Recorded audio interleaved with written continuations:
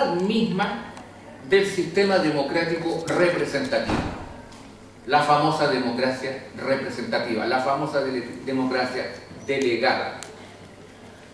En efecto, nosotros podemos advertir en este tema que más de un informe destinado a Chile por el famoso y nunca bien ponderado Programa de Naciones Unidas para el Desarrollo, el PNUD, que desde 1998 se venía constatando, dicen, una paradójica incomodidad ciudadana. Desde 1998, una especie de malestar latente, no resuelto en la sociedad chilena. Es esto, en realidad, un hecho que podemos decir intrigante, porque a pesar de que en Chile ha habido durante varios años un crecimiento económico sostenido, con tasas anuales muy superiores a las mostradas no solo por países vecinos, sino también por países del primer mundo o de desarrollo avanzado, la población, a pesar de eso, mostraba señales subjetivas de insatisfacción, de inquietud, cuando no de molestia. El informe de aquel año 1998 hablaba de sin rodeos de paradojas de la modernización en nuestro país. Cuestión que en su momento llamó poderosamente la atención cuando predominaba la idea según la cual la economía, y solo la economía, era el factor decisivo en la construcción de la felicidad individual y de la felicidad colectiva. O cuando se pensaba que todo crecimiento económico, erróneamente por supuesto, que todo crecimiento económico conllevaba obligatoriamente desarrollo humano. Falso. Si en 1994, en el Informe Mundial de Desarrollo Humano, se definían con claridad 7 dimensiones y categorías para establecer la seguridad humana, a saber, 1, seguridad económica, tiene que ver con los ingresos. 2, seguridad alimentaria, tiene que ver con el sustento alimenticio. 3, seguridad sanitaria, tiene que ver con la protección frente a enfermedades. 4, seguridad ambiental, tiene que ver con la calidad física del medio ambiente. 5, seguridad personal, protección frente a la violencia física. 6, seguridad comunitaria, garantía de inclusión y de participación. Y 7, por último, seguridad política. Seguridad política, garantía en particular de respeto de derechos humanos. No es muy arduo constatar que hacia fines de la década de los 90,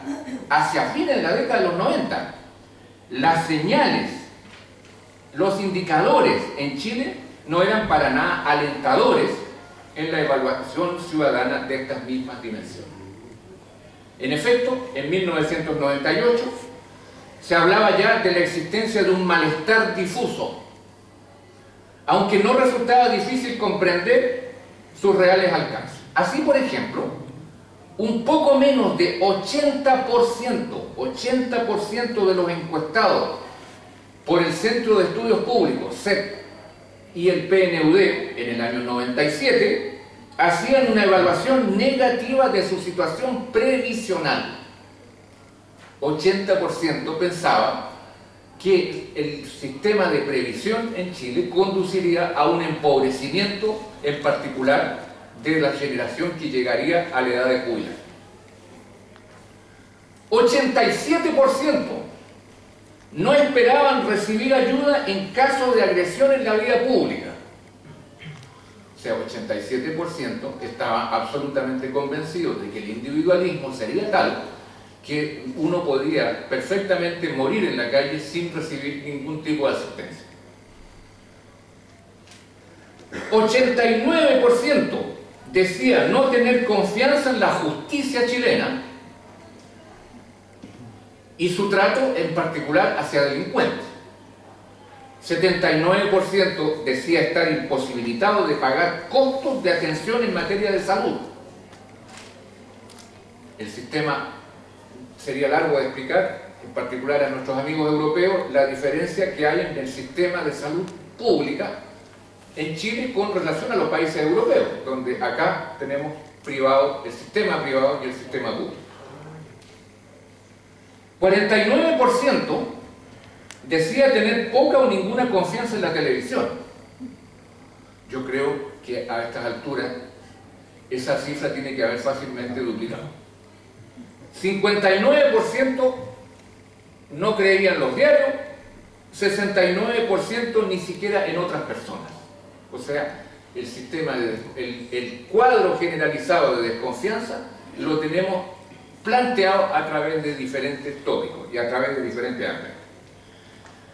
Por su parte, desde un punto de vista mucho más cualitativo, se inquietaban acerca de su futuro y el de su familia por anidar en sus cabezas una serie muy amplia de incertidumbre. El tema de la incertidumbre está presente en toda la década de los 90. Y como si todo esto fuera poco, un conocidísimo empresario, bastante conocido de nosotros los chilenos, don Eliodoro Mate Larraín, expresidente de la compañía de manufactura de papeles y cartones y miembro del CEP, del Centro de Estudios Públicos, decía con mucha claridad que una obra de modernización se vendría simplemente al suelo si su fundamento, es decir, la confianza, no respondía. No bastaba con modernizar, él hablaba de modernizaciones del Estado, modernización de la economía. Si la gente no cree, si la población no sigue en términos subjetivos lo que se está haciendo no tiene por dónde ser aceptado. Hoy podemos afirmar, sin exceso de euforia, porque no tendría de dónde justificar esa euforia, que la buena salud económica del país contribuye ciertamente a satisfacer necesidades y pone un grano de arena a la felicidad de las personas, sin duda, pero también nos dice que, además del hecho, quizás desalentador para algunos, de que las aspiraciones humanas tienden siempre a desplazarse más lejos una vez que están satisfechas. Es decir, son un horizonte sin fin, no son una meta, son un horizonte sin fin. Aquello que se obtiene con dinero no es todo lo que esas mismas personas pretenden en la vida. Hay una afirmación fuerte de un colega sociólogo, Tomás Julián, en aquel pequeño texto que publica en la década de los 90 sobre el consumo. Ese texto se llama "El consumo me consume". El consumo, dice Julián en ese texto, y la capacidad que tiene de condensar hoy en día en Chile sentidos existenciales, una especie de fusión de sentido existencial, la tremenda importancia del consumo en nuestra subjetividad, pauta cultural considerable en el chileno de los años 2000 en adelante. Por lo tanto, el texto de Julián, a mi juicio, cobra o mantiene totalmente su actualidad. En un primer momento de mi exposición, yo intento instalar el factor desconfianza social y su incremento reciente como síntoma de un problema societal mayor, para luego, en un segundo momento, intentar analizar un par de ámbitos propios de la vida social nacional en los cuales la desconfianza y el ánimo de deslegitimación están plenamente presentes y de manera creciente en la última década. Se trata de dos ámbitos que son muy sensibles por constituir en conjunto el plano central de ocurrencia y organización de la sociedad en su totalidad. El primer caso sería el de la economía, ya algo sugerí, y el segundo es el de la política.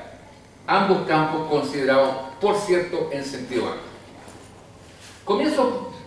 entrando un poco más en detalle en la economía. La economía porque es una esfera sensible, que por lo demás se ha fuertemente autonomizado en nuestra sociedad. La autonomización de la economía es un hecho incontestable. Supera con creces su razón de ser inicial, por llamarlo de alguna manera. O sea, la relación básica entre las necesidades humanas y la satisfacción de las mismas, mediante la producción de riqueza y de bienes que operarían como satisfactores. No es una definición que estoy dando, pero se parece. Es una lógica productivista la que se impuso en aquello que el sociólogo británico Anthony Giddens denomina una modernidad tardía, o también un capitalismo avanzado. En este capitalismo avanzado, la versión neoliberal, que además es aquella que predomina, ampliamente triunfante, diría yo, a escala planetaria, casi sin cuestionamiento, logró imponer un imaginario de la democratización, entre comillas, económica, por la vía de la ampliación y flexibilización del crédito. Ampliación y flexibilización del crédito. El crédito que no es cualquier crédito, es el crédito de consumo en particular. Quien quiera comprar bienes y servicios de cualquier naturaleza puede hacerlo, con cargo a una de las tantas tarjetas que simbolizan la ilusión propia del consumismo. No sorprenderá a un europeo escuchar eso, se lo escuchamos a Baudrillard a comienzos de los 70. Estamos viviendo quizás en América Latina un periodo parecido, con 30 o 40 años de retraso. El mercado es el lugar simbólico en donde se materializa la obsesión adquisitiva, en donde una vez satisfecha la aspiración compradora se transforma siempre, como lo decíamos hace un minuto, en una nueva aspiración, más sofisticada, más actualizada y también más onerosa. Yo creo que el ritmo de obsolescencia de las nuevas tecnologías en particular, aplicadas a la comunicación, pero también a las actividades lúdicas, es algo que no me va a desmentir en esta argumentación, ¿no? Siempre la aspiración corre detrás de una actualización de la tecnología que está cada vez corriéndose hacia adelante. La expansión considerable del crédito bancario, o mejor dicho, la estrategia del crédito fácil, ha tenido un éxito incuestionable para empresarios y banqueros por el hecho de la enorme aceptación de los candidatos a endeudarse. Se incrementa al mismo tiempo el número de consumidores, quienes sienten que sin el crédito no podrían comprar, y las ganancias por concepto de costos del crédito, tasas de interés aplicadas al préstamo. Multitiendas hoy día en este país reciben más ingresos por la vía de sus prestaciones bancarias que por la venta de bienes. No voy a nombrar esas multitiendas que todo el mundo conoce. En todo caso, para un ciudadano consumidor ejemplar, el buen funcionamiento del mercado sería vital en estas nuevas condiciones. No en vano, uno de los, yo diría, pocos organismos del Estado chileno que ha cobrado mayor relevancia en las 2 últimas décadas es el Servicio Nacional del Consumidor, el SERNAC, que está llamado a supervisar que al menos en apariencia el mercado sea transparente y los derechos del consumidor respetados.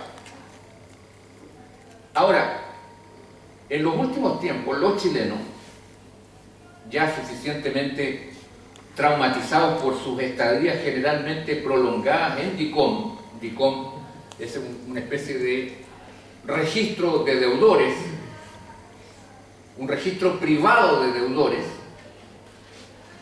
quizá uno de los escándalos más importantes sobre los cuales en general no se dice mucho. La persona que está en DICOM es alguien que está prácticamente vetado, ¿no?, para operaciones comerciales, para incluso la obtención de un trabajo en Chile. Los chilenos, ya metidos en DICOM, traumatizados en DICOM, han recientemente descubierto casos de colusión entre farmacias. ¿Qué pasó con el mercado? Colusión entre los grandes grupos de farmacias en Chile. Perdonazos del fisco a multitiendas, estafas masivas a deudores, como aquellas de otros negocios que sí lo voy a nombrar, como es la Polar, etcétera, etcétera. Razón por la cual empezamos a descubrir que el mercado no funciona siempre, ni mucho menos con total ingenuidad, conforme a lo que serían, entre comillas, leyes de la naturaleza. Era de muy mal gusto criticar el funcionamiento del mercado, porque aquel ortodoxo defensor del modelo neoliberal decía: pero usted, al mercado hay que dejarlo hacer.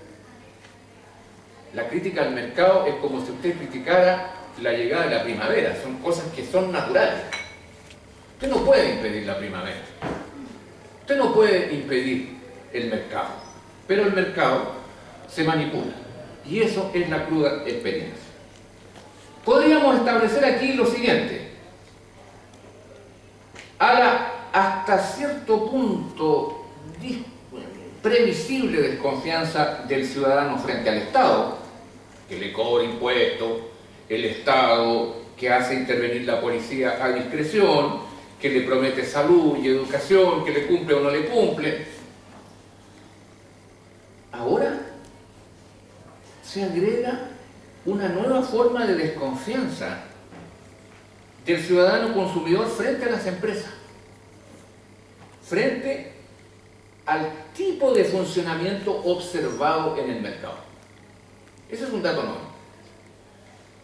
Efectivamente, también han empezado a constatar que los mecanismos de mercado entonces se extienden mucho más allá que en la transacción de bienes y servicios, y que los propios consumidores, en un nuevo proceso de fetichización, se convierten ellos mismos también en una mercancía transable en el mercado.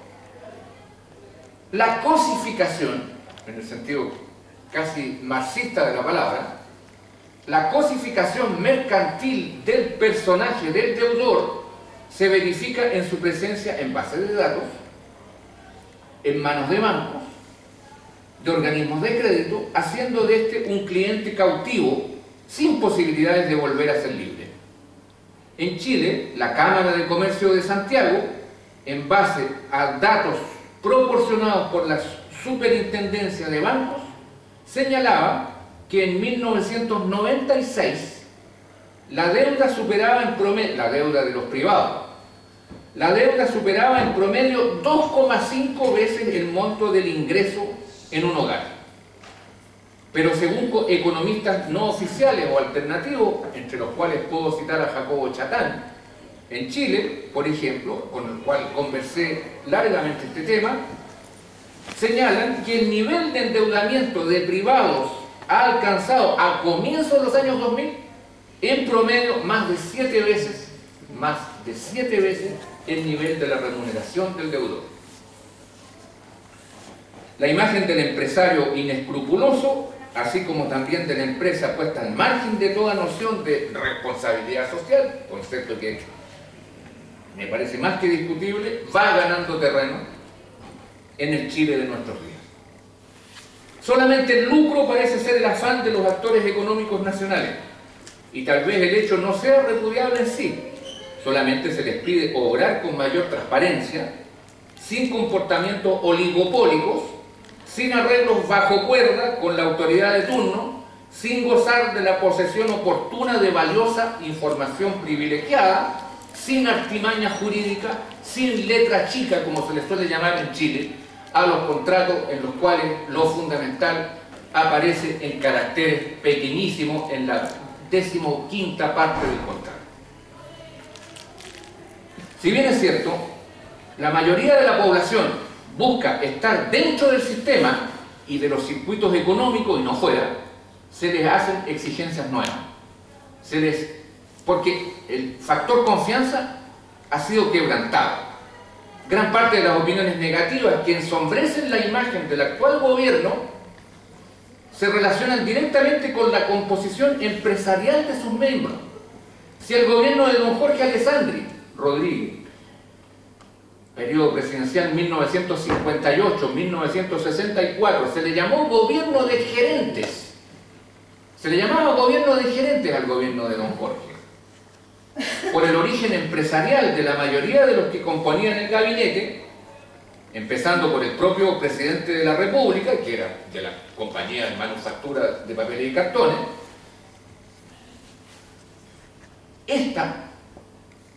La actual composición de gobierno parece ser una nueva versión del gobierno, es el gobierno de gerentes versión 2.0.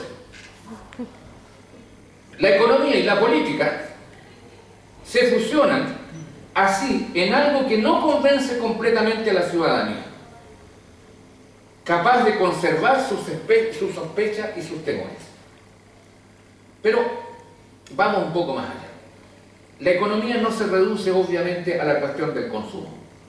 Ella es hoy día también una categoría axiológica, a partir de la cual, nos guste o no, se articula la vida social contemporánea. En este sentido podríamos incluir en el saco de las desconfianzas actuales materias tales como el trabajo, por ejemplo. Hablemos del trabajo. El trabajo asalariado es sin duda una institución moderna. A diferencia de formas sociales históricas anteriores, el trabajo, descansa en una relación contractual, o sea, en el supuesto de un acuerdo perfectamente libre entre un empleador y un trabajador. Pero esta modalidad, alejada, por supuesto, de la antigua esclavitud, ha ido perdiendo legitimidad en la medida en que la legislación en torno a las cuestiones de trabajo fue abandonando paulatinamente la idea de protección del trabajador. Vale decir, algo que estaba plasmado en años, en décadas de conquista social. El trabajo se transforma en una mercancía en sentido crudo de la palabra. El mercado es frío. El mercado no tiene que ver necesariamente con sentimientos, emociones de las personas.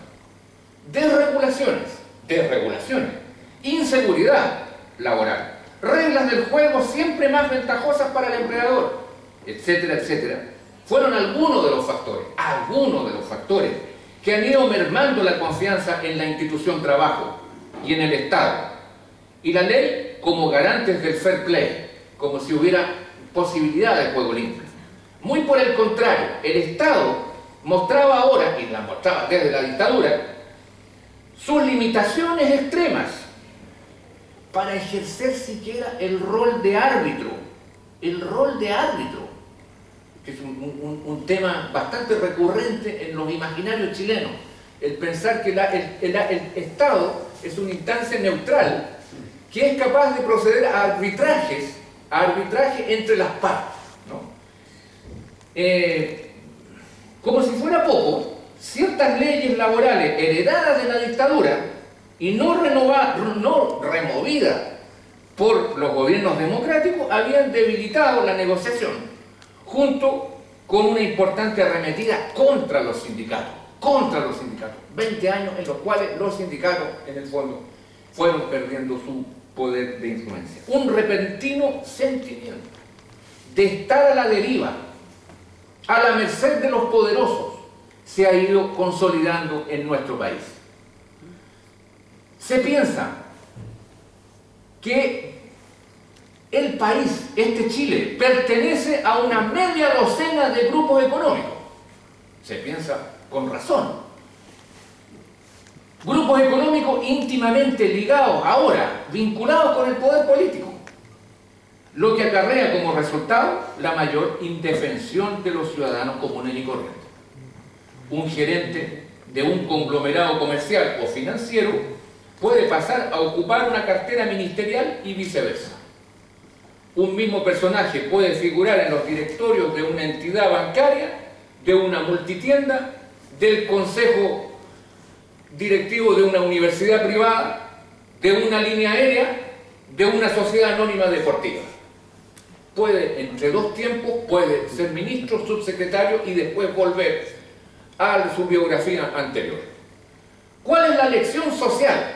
La lección social que se puede extraer de esta situación, la ciudadanía. Muy simple. No se puede legitimar fácilmente el modo de funcionamiento de un fondo. El modo de funcionamiento de un fondo cuando simultáneamente se percibe que su dueño hace lo que quiere. Desde el punto de vista de la política, esta vez las consecuencias multifacéticas de una suerte de desapego social de las instituciones se dejan sentir con gran crudeza. Los partidos políticos, en primer lugar,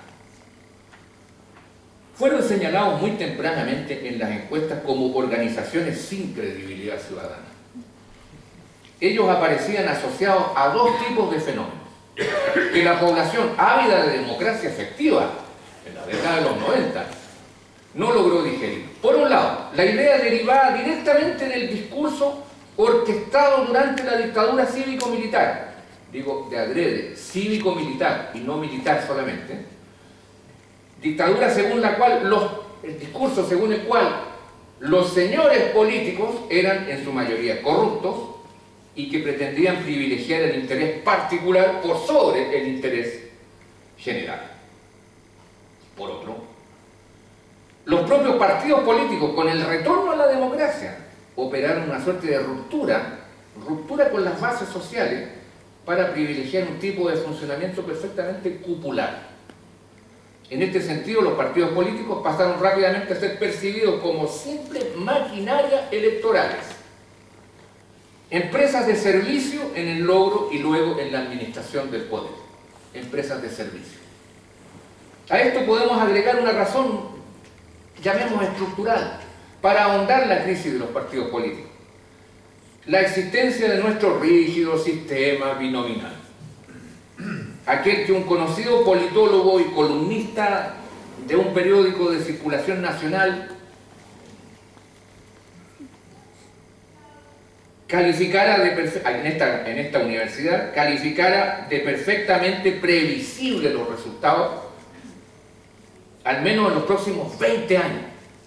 Los resultados de las elecciones parlamentarias, yo puedo decir cuáles serán los resultados en términos de repartición, de distribución por bloque. No le puedo decir los nombres de los candidatos que van a ganar, pero la repartición será la distribución, el empate, se los puedo garantizar por los próximos 20 años. Lo único que no es previsible, decía, son las elecciones presidenciales.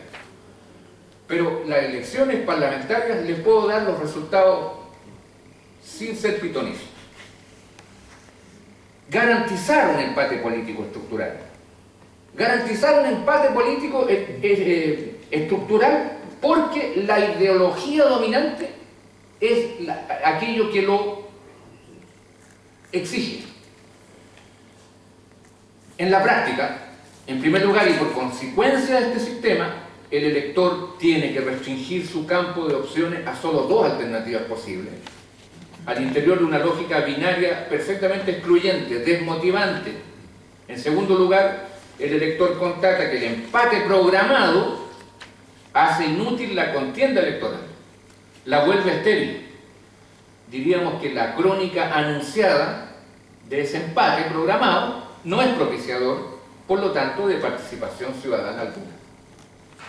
Cabe entonces en este punto hacer la distinción que los franceses en particular realizan desde hace mucho tiempo y que nos permitiría aclarar este tipo de fenómenos. Los politólogos franceses hacen una distinción entre le politique, lo político, y la política, reservando para el primer concepto la idea de configuración de un núcleo importante de asuntos que tienen que ver con el interés general, vale decir, con todos los ciudadanos y con nadie en particular, definiendo claramente así más bien un ámbito diferenciado del privado, el ámbito público, mientras que en el segundo, el de la politique, esta vía contenía allí la idea de actividad política más bien profesional, en gran medida. Si bien es cierto, determinadas encuestas han demostrado a través del tiempo que lo político sigue interesando a la población chilena, incluyendo a los jóvenes, no es menos cierto para la política, en tanto que actividad permanente y remunerada es algo ampliamente menospreciado por ser fuente de corrupción, de ingresos ilícitos, de traiciones de la voluntad popular, etcétera, etcétera, etcétera. Hay una subjetividad social negativa, hay una desconfianza con respecto a la cuasi totalidad del personal político. Aquí está contenida toda la crítica a la democracia representativa. Ella surge de un modo brutal. La gestión de los asuntos públicos se ha tecnificado además. Se ha convertido en un campo de especialistas administradores, alejando a los ciudadanos de la gestión por su ignorancia supuesta, su analfabetismo presunto. Antes de opinar, ¿qué sabe usted de crisis internacionales? Antes de opinar, ¿qué vaga idea tiene usted de lo que significa para la finanza pública lo que en economía llamamos una oferta pública de adquisición, o sea, una OPA? No lo sabe. Entonces, ¿por qué opina? ¿De qué se mete usted? Déjenos a nosotros, que somos sí los que estamos llamados a gobernar y administrar bien. Es un problema de buena gestión. En tales condiciones, la desconfianza es mayor, pues la fiscalización de esas tareas sofisticadas es también una tarea sofisticada de especialistas. La democracia ha sido debilitada desde dentro, por falta de transparencia, por ejemplo, y desde fuera también, como resultado entonces del descrédito de la política. Algo que en todo caso no es un fenómeno propiamente chileno, ni mucho menos, y de la desconfianza creciente de los ciudadanos. Me parece, escribía ese recordado intelectual germano-chileno que fue Norbert Lechner, en su texto de 2006, me parece, decía, que el malestar reinante refleja la disonancia entre los criterios familiares que servían de medida para juzgar la política y la experiencia diaria con las nuevas formas de hacer política. Cierre de citación. En otras palabras, un asunto propio de la dimensión subjetiva de la política, esta dimensión y su difusa plasmación en tanto que cultura política, por un lado, y por otro la lectura que desde allí se hace de la praxis política. Lechner hablaba de densidad simbólica debilitada de la democracia. Densidad simbólica debilitada de la democracia. Y por cierto, no es otra cosa que dos graves riesgos implícitos. En primer lugar, aquel de la pérdida del sentido histórico-social de la organización socialdemocrática. La pérdida de sentido histórico de la democracia. Y por ende, en segundo, el de la amenaza de los aventurerismos políticos generalmente autoritarios, que se nutren del descrédito o de la deslegitimación de la democracia. Busquemos entonces de manera más teórico-conceptual la elucidación de este problema que envuelve de modo muy serio al conjunto de la sociedad chilena. Necesitamos establecer una suerte de orden básico al análisis respectivo y proceder en él por etapas. Requerimos para aquello ir clarificando en un primer paso analítico tentativo algunos fundamentos mínimos de la sociedad humana. En otras palabras, poder responder a preguntas tales como: ¿de qué naturaleza es aquello que hoy se deslegitima? ¿Por qué se produce este tipo de fenómenos? ¿De qué herramientas dispone la sociedad chilena, en este caso, para superar esta modalidad de crisis? Al respecto, Cornelius Castoriadis, ese gran filósofo de origen griego del siglo XX, escribió un importante libro cargado de reflexiones válidas para el campo de la sociología. Ese libro se llama La institución imaginaria de la sociedad. La versión original en francés apareció en 1975. En este texto, el autor señala que los seres humanos somos absolutamente indeterminados por ninguna fuente natural o sobrenatural. Somos abismos sin fondo.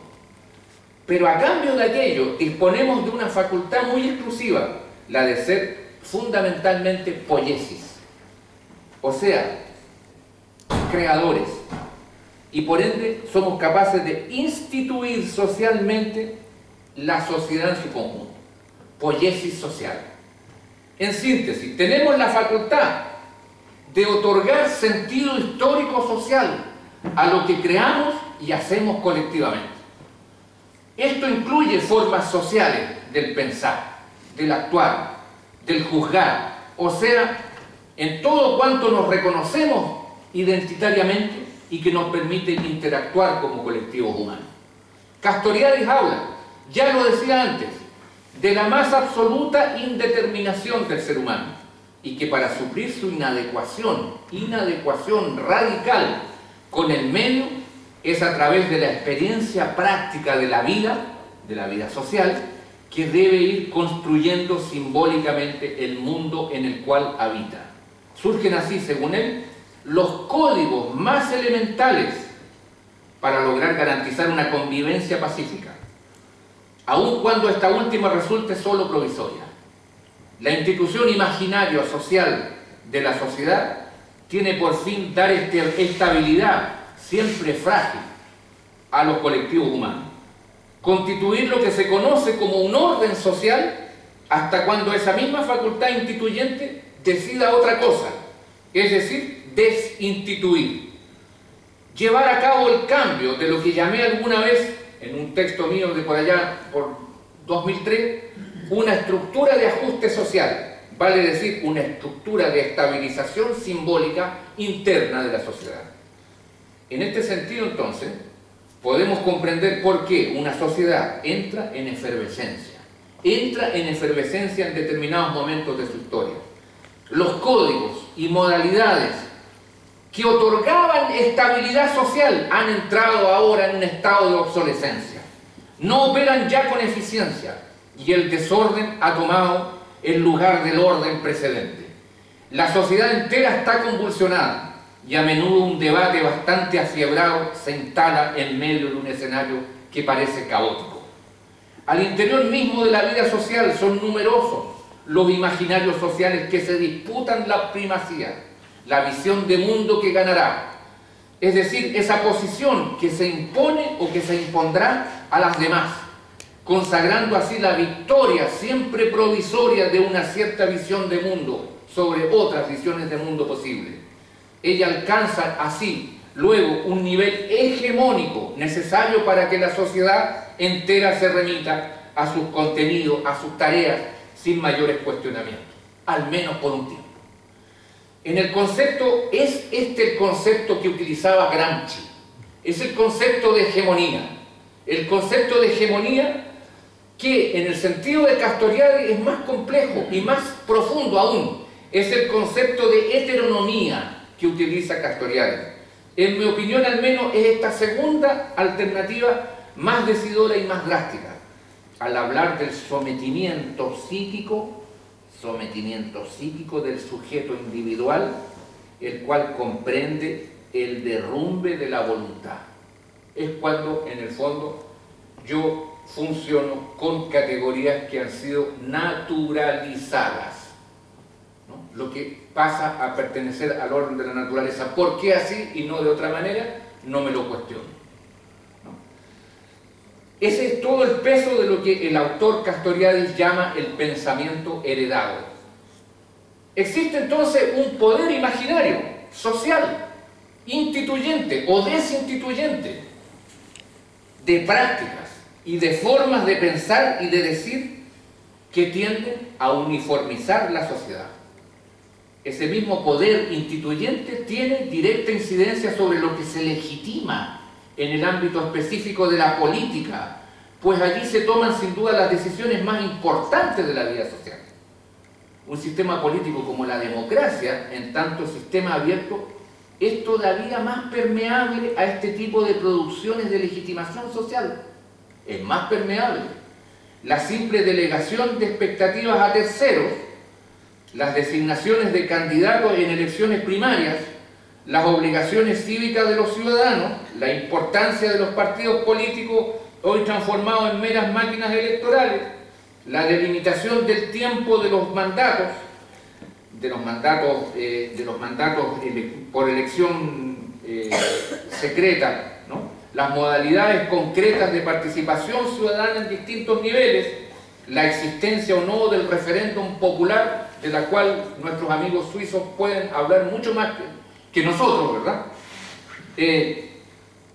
Bueno, todo esto puede ser siempre discutido, a condición, sin embargo, de que la ciudadanía esté consciente de su poder instituyente, y por ende de su poder de cambiar el orden social existente. En otro texto suyo, un texto de Castoriadis, El avance de la insignificancia, Cornelius Castoriadis identifica algo así como un proceso en marcha de instalación mediatizada de lo intrascendente y banal. Yo llamaría la estupidización de la sociedad. ¿Vía qué? Vía medios. Vía medios de comunicación, fundamentalmente. ¿Habrá alguna relación con la idea de pensamiento único, como la llamaba en algún momento Ignacio Ramonet, el director de Le Monde Diplomatique? Banalización de la sociedad, reino del intrascendente, con su tremenda capacidad de opacar la imaginación creativa hasta anularla, y con ello garantizar la reproducción de la heteronomía, la reproducción, la mantención del statu quo.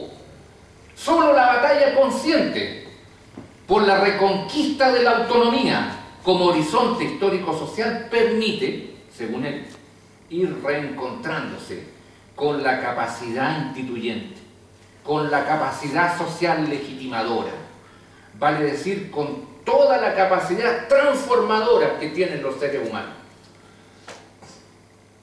Nos podemos interrogar más en profundidad aún de lo que vulgarmente hacemos acerca de si la abstención en política, como acto político perfectamente legítimo por lo demás en este sistema que nos desencanta, es el más adecuado. Si es el más adecuado para volver a hacer prevalecer la imaginación y el poder transformador. Ese es un tema que resuelven los ciudadanos de una u otra manera, quizás en una búsqueda, más que en una respuesta sólidamente establecida. Preguntarnos si, pretendiendo por rebeldía estar fuera, no dejamos al mismo tiempo de influir en lo que está dentro. Estar fuera para no pesar dentro. Si acaso no estamos renunciando en alguna medida a nuestro poder instituyente. Salvo a meditar. No tengo respuesta. Sociológicamente hablando, se habrá de reconocer que mucho de esto está presente en los movimientos sociales de nuestros días. Acá en Chile, reivindicando con vehemencia otra forma de entender y organizar la educación, por ejemplo. Acá y allá en Europa, exigiendo otras formas de resolver la actual crisis comunitaria, por ejemplo, la Unión Europea. Pregúntenle a los españoles, pregúntenle a los griegos, ¿no? En particular, bueno, y a otras naciones europeas. Exigir por acá como antiguos pingüinos, el cambio en la educación, o allá los actuales indignados. Antiguos pingüinos acá, indignados por allá. ¿Habrá algo en común? ¿No habrá por ahí una deslegitimación también que une movimientos por aquí y por allá? Dicho de otra manera, ¿por qué razones que no sean estrictamente ideológicas la educación deberá ser sí o sí terreno de lucro? ¿Qué factor metafísico es el responsable del paisaje institucional universitario chileno que conocemos? Habrá probablemente mucho de eso en los debates del año pasado y en los debates que seguirán, me parece, por los próximos tiempos. La facultad social instituyente se verifica hoy en innumerables demostraciones de empoderamiento ciudadano. El empoderamiento ciudadano en temas y en materias que afectan sus condiciones de vida. Si antes, por ejemplo, la delicada cuestión de la instalación de los famosos vertederos de basura, para nuestros amigos europeos, nosotros no tenemos formas que no sean bárbaras en la resolución de los temas de basura, ¿no? La basura se bota simplemente, ¿no? Acá no hay plantas de tratamiento, quizás es un lugar de inversión, no lo sé. Pero en la instalación de los vertederos de basura hay un problema en Chile. ¿Cómo no? Medioambiental. Bueno, la instalación de los vertederos de basura se regulaba. Se regulaba por simples disposiciones municipales, por simples autorizaciones de servicios de salud pública. Ahora no. Hoy en día, esta metodología que se utilizaba, leguleya, institucionalizada, bueno, lisa y llanamente no sirve, puesto que los vecinos quieren manifestar su opinión, porque advierten que las condiciones sanitarias son insuficientes. Si antes un gobierno cualquiera metía la mano en la educación con un rótulo de reforma, con un ministro que hablaba de la reforma en todas las carpetas, pues bien, hoy en día eso mismo le significa 100.000 o más estudiantes en la calle. No se puede hacer algo a espaldas de la ciudadanía con la misma facilidad. Si antes el emplazamiento de una fábrica o de una refinería o una central termoeléctrica respondía solamente a factores estratégico-económicos, hoy en día los vecinos buscan hacer saber a los empresarios y a las autoridades que las decisiones que se toman son a menudo incorrectas en cuanto al respeto del entorno natural y también demográfico. Convengamos en decir que en estas condiciones el desafío lanzado a la democracia es considerable. Una democracia que es considerada, digamos de paso, por Castoriadis como un régimen de la autolimitación. Sorprende esta definición de Castoriadis, el régimen de la autolimitación. Vale decir, un tipo de organización sociopolítica que reconoce sus propios límites, comenzando, ¿cuál es el gran límite? Los derechos humanos. Ninguna reforma podrá, sin embargo, constituir por sí misma una nueva estructura simbólica de ajuste. Sabiendo que el conjunto de la sociedad tiene una potestad instituyente y que sólo de esa forma legitima las instituciones sociales, es necesario que se comprenda a la sociedad desde su interior, desde sus nuevos núcleos de efervescencia. Para ello la democracia debe hacerse cargo, en primer lugar, de los cambios culturales intervenidos o por intervenir prontamente en una sociedad como la nuestra. Según Lechner, esos nuevos rasgos culturales son básicamente cinco nuevos rasgos. 1. Internalización de los contenidos multifacéticos de un mundo globalizado. Que lo queramos o no, no podemos tapar el sol con un dedo, la globalización está allí. En planos económicos, culturales, informacionales, tecnológicos, etcétera, etcétera. Segundo, desarrollo acelerado de un proceso de individualización. vale decir, construcción de un yo autónomo. Esta es una promesa moderna y vamos para allá también. Con ripio, pero vamos para allá. 3. Implantación de una sociedad de mercado, convertido en principio organizativo el mercado de la vida social, un poco lo que decíamos anteriormente. 4. Expansión de una cultura de consumo, ya me referí. Y 5. Mediatización de la comunicación social. El mismo Lechner describe, para asumir finalmente ese desafío considerable, 4 frentes de batalla. 4 frentes de batalla, como él mismo lo denomina. El combate, él habla del combate contra la naturalización de lo social. Nada de lo que es socialmente construido es natural, se puede cuestionar como tal. 2. El combate contra la fragmentación.